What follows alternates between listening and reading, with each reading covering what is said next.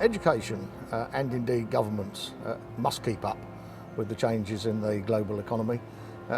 Not to do so means that the nation's economic and social infrastructure won't develop. The consequences of them not developing are catastrophic.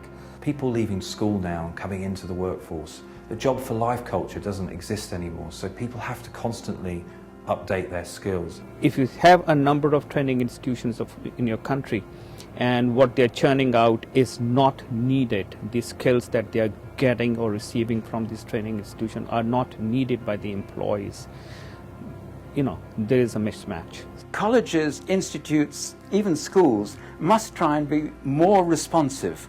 That's the key word, responsiveness.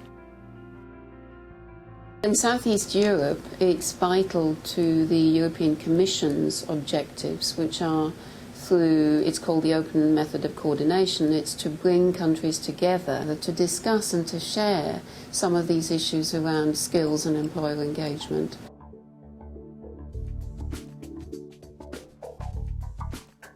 The key theme for these college partnerships in Southeast Europe and Skills at Work is employer engagement. It is really working to understand what employers' needs are and what sort of training they want for employees. The project has focused on specific sectors like tourism and hospitality, financial services, creative industries, fashion and design, for example. And it is focusing on making sure that the voice of the employer is clear in the developments and that there is a good relationship between the institutions and the employers that they're working with.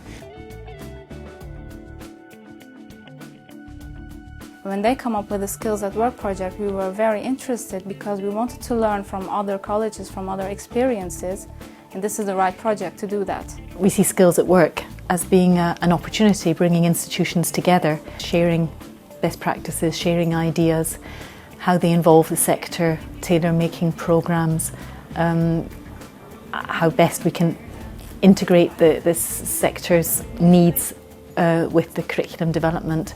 We wanted to see how they've transferred the needs of the industry into the modules which they're using here at school, so that we can customize our education system to the needs of the industry, and then we will be able to produce a labour force which fits in the industry.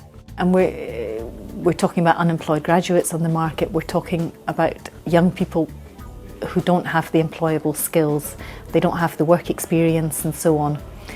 So what we want to do is legitimise, if you like, the vocational training path. One of the criticisms of vocational schools and colleges by employers in the region is that the curriculum is out of date. So what this project is doing is it's making sure that the occupational standards are first up to date and that they inform the development of the curriculum that the partnerships are working on. And this mechanism of deriving occupational standards in some countries is totally new. Countries historically have had different approaches to the development of occupational standards. So the partnerships allow both sides to explore the different approaches. In the United Kingdom, one of the key ways in which employers and businesses of all shapes and sizes from different sectors of the economy are engaged in this important debate about the future of our education and skills system is through 25 sector skills councils. They are the organisations that bring employers, groups of employers, and in my case actually artists and freelancers as well, together around the table to talk about what their both current, today's skills needs, as well as what those future needs are as well. Getting on with people, thinking differently, working in groups, problem solving, and those enterprise skills I think are things that are important whatever kind of job that you're in, even if you're not setting up in your own business. My name's Stephen, I live in South Bermondsey and I'm studying at Greenwich College. These day and age you need qualifications to get where you want to go, and so if I need the qualifications I've got to come college, so that's it. Learned a lot of skills, that mechanical side, the electrical side, problem solving, Also with numeracy and English it helps. And that's it, you know. What are you planning on doing next? Plan to be doing after this level 3, and after level 3 try and get a job, and if it pays off, you know. You get recognised qualifications, and that's the way, that's what AA wants to see, innit? They don't want to hear, you know, I ain't got this, I ain't got that. They want to see the papers, so yeah, it does.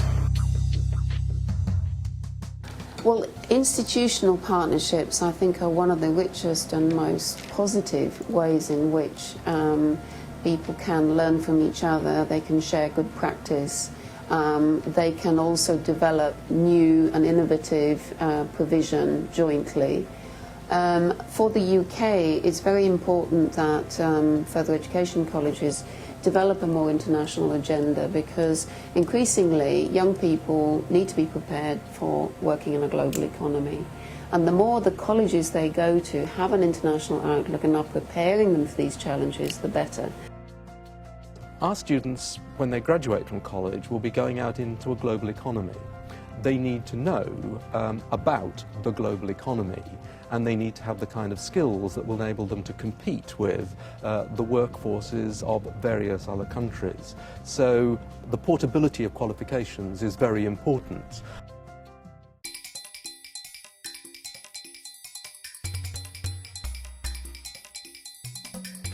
When I go around the world, I'm struck at both how much education in this country is engaged in other countries and supporting those countries and students, but also the way in which those countries look to the UK as a creative hub, really, of talent and opportunity. Challenges, well, immense. There's a lot of challenges. Of course, there's see, what is most important is that the trust between the private sector and the government needs to be enhanced. It's absolutely essential that every nation does put their back to the wheel and understand what those changes mean for them, and invest in the future. It is going to be very important for there to be a larger vision of the state about where it wants to go on technology, where it wants to go on industry, and where it wants to go on particularly new technology, and that vision should encompass all those different employers, so that we really know what demand-led means. Institutional partnerships give a college a kind of footprint in more than one country potentially, and equally for the country that is working with the UK, they too get the benefit of internationalisation, they too get the benefit of understanding what another country is doing in the way of skills development, increases their capacity and knowledge of different ways in which competencies, for example, are defined, different ways in which qualifications are developed, and the way in which both countries may together be working on the same quality assurance framework. So it's one of the best mechanisms for developing international education.